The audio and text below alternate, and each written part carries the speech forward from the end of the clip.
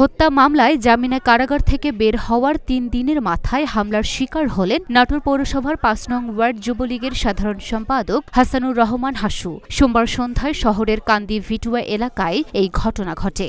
হামলাকারীরা হাসুর ২ পায়ে কুপিয়ে মারাত্মক জখম করে। এতে তার ২ পায়ের রগ কেটে গেছে বলে জানা গেছে। গুরুতর আহত অবস্থায় তাকে রাজশাহী মেডিকেল কলেজ হাসপাতালে ভর্তি করা হয়। আহত অবস্থায় হাসানুর রহমান হাসু বলেন, আমি নিজ বাড়ি থেকে বের হয়ে হাসপাতাল মসজিদে মাগরিব নামাজ পড়ে হেমাঙ্গিনী ব্রিজ এলাকায় আসি। এ সময় নাটোর পৌরসভার ৫ নং ওয়ার্ড কাউন্সিলর এবং ৫ নং ওয়ার্ড আওয়ামী লীগের সাধারণ সম্পাদক ও ওয়ার্ড কাউন্সিলর রোকনুজ্জামান হিরো সমর্থক রাব্বির নেতৃত্বে আমার উপর হামলা চালানো হয়।